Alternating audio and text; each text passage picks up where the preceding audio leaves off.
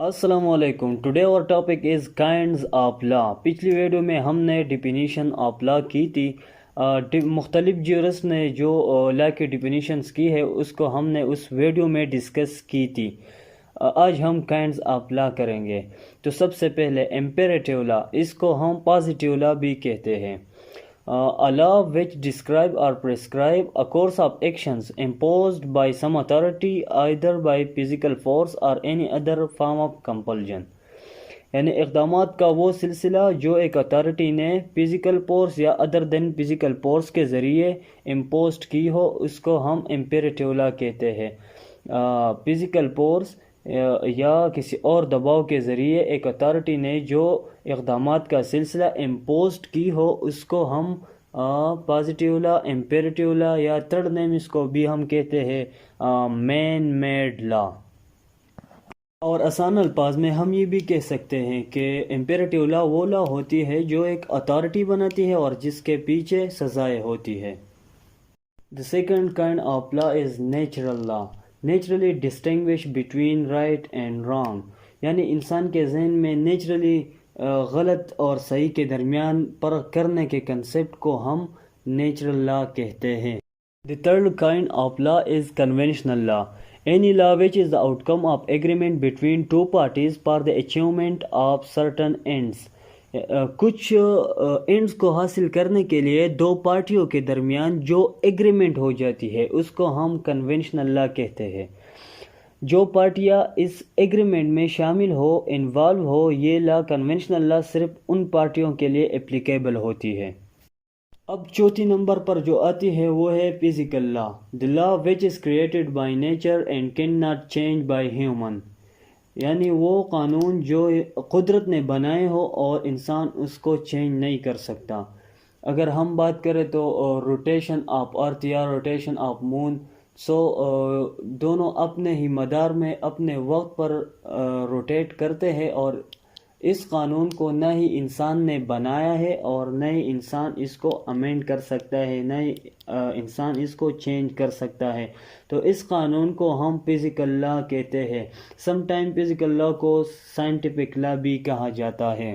The fifth kind of law is customary law. A law which is derived from the custom of locality, यानी वो कानून जो एक इलाके के कस्टम से अखज़ की गई हो। तो यहाँ पर कस्टम किसे कहते हैं? कस्टम एक पार्टिकुलर टेरिटरी के लोग काफ़ी अरसे से एक काम को एक ही सेम तरीके से सरंजाम देते हैं। जो काम सरंजाम देते हैं उस काम को हम उस इलाके की कस्टम कहते हैं। उस कस्टम से, एक इलाके की कस्टम से जो कानून अखज़ की गई हो उसको हम कस्टमेटिक लॉ कहते हैं। और कस्टमेटिक लॉ को सम टाइम ट्रेडिशनल लॉ भी कहा जाता है।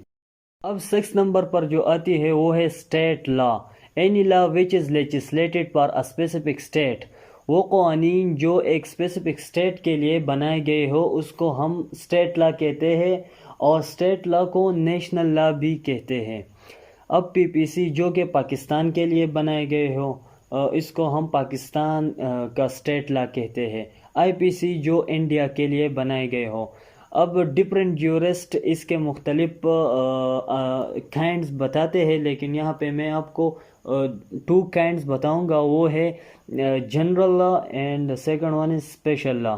General law, any law which is applicable for all the citizens, वो कानून जो तमाम शहरियों के लिए एप्लीकेबल होती है।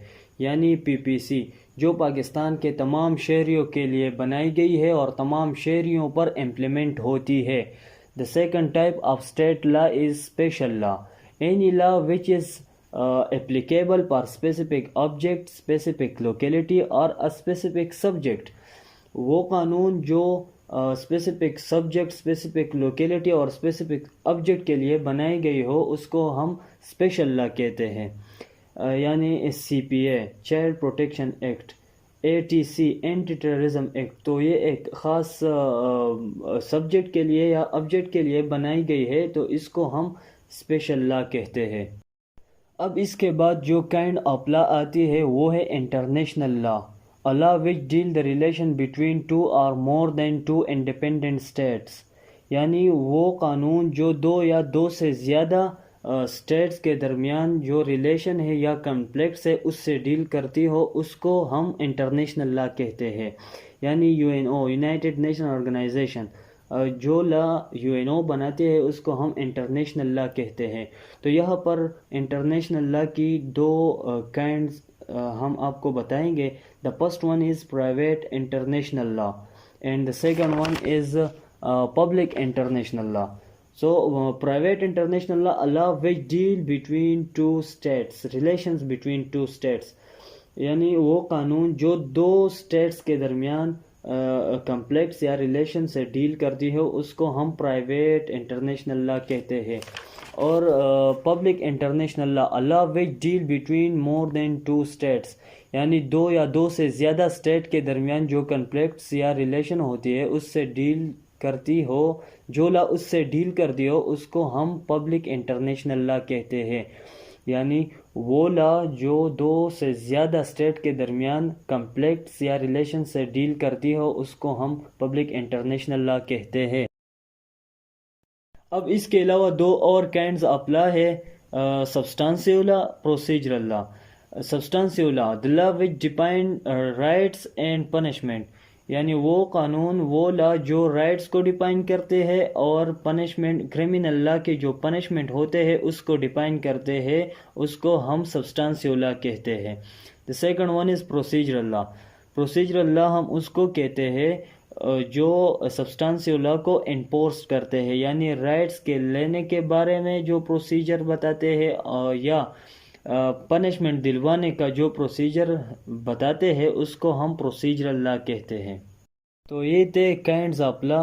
آپ کو different books, different web sites, different articles میں ڈفرینٹ ملیں گے, لیکن اصل مقصد ہمارا اس کو سمجھنا ہے, اور امید ہے کہ آپ لوگوں کو سمجھ آ گئی ہوں گی. انشاءاللہ اگلی ویڈیو میں ہم کرمنل لا اور سول لا ڈسکس کریں گے.